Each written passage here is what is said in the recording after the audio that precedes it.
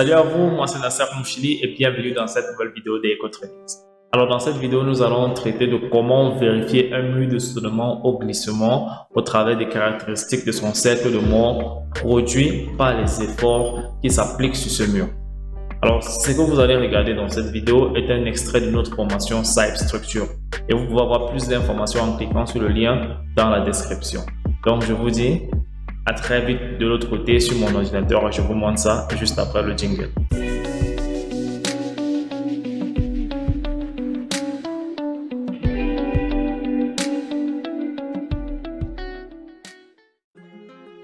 Ok, nous étions à ce niveau, d'accord. La vidéo passée était très longue, donc je ne veux pas faire de longues vidéos.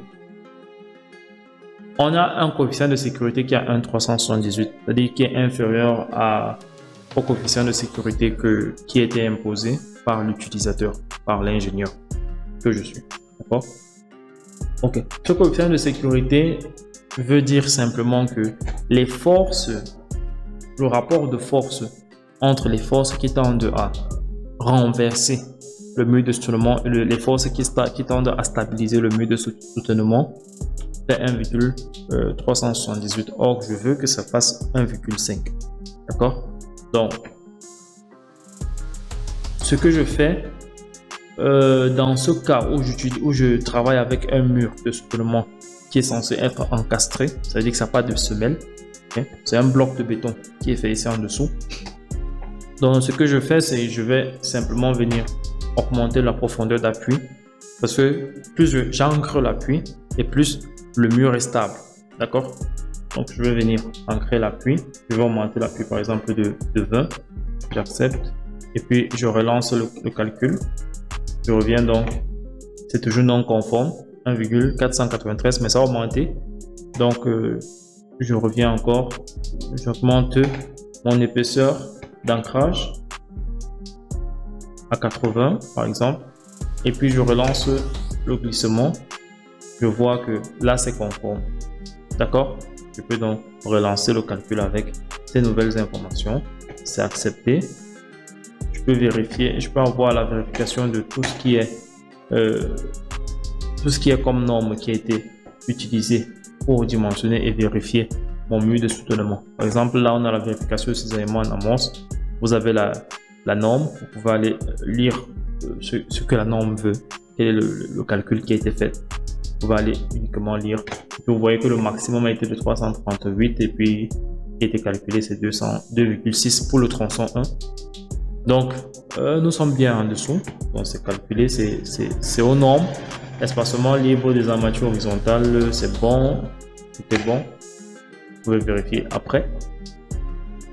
Contrôle de la fissuration, longueur de recouvrement, section minimale longitudinale, face supérieure, poutre de couronnement. Quels sont des critères Cype? Lorsque vous voyez là, vous avez des critères Cype. Et que Cype donne des critères pour corser encore plus le calcul. Ok? Pour être encore plus dans la sécurité. Et puis vous avez des informations additionnelles, par exemple le tronçon 1, à code de la section relation minimale, pourcentage horizontal, pourcentage vertical. Section critique en flexion composée, ça a la cote moins 4,5 avec un moment de 156,94 kN/m, un effort de compression de 66,60 kN par mètre et puis l'effort tranchant 97,33, puis la contrainte maximale de l'acier 331,816 MPa. Okay? Donc on ferme ça, c'est terminé.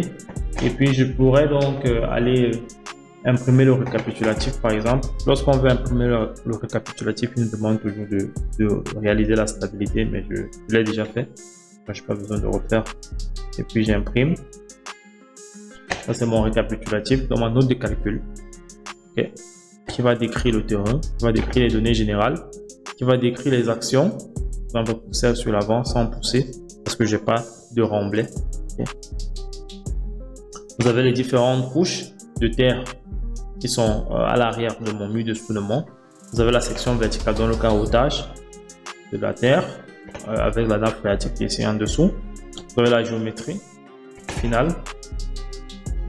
Le schéma des phases. Et que phase numéro 1, c'est ça, phase numéro 2, avec surplus de surcharge, surplus de pression hydrostatique. Vous avez les charges sur l'arrière, les charges sur l'avant et les résultats des faces. Alors, par rapport aux différents côtes.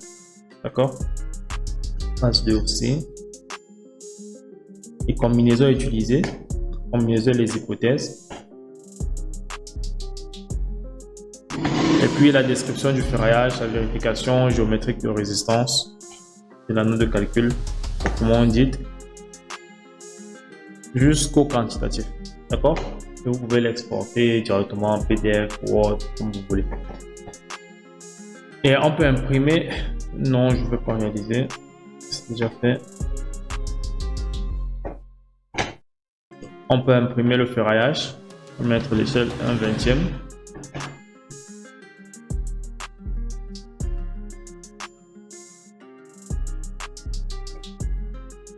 Accepter.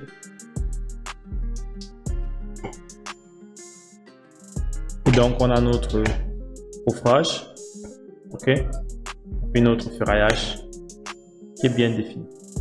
D'accord? Par exemple, là où on a quelque chose de touffu, vous pouvez simplement venir sur éditer objet, et là-dessus, que vous venez, vous avez dans la possibilité de l'étirer et de rendre ça un peu plus lisible. Ok? Ou soit vous allez simplement réduire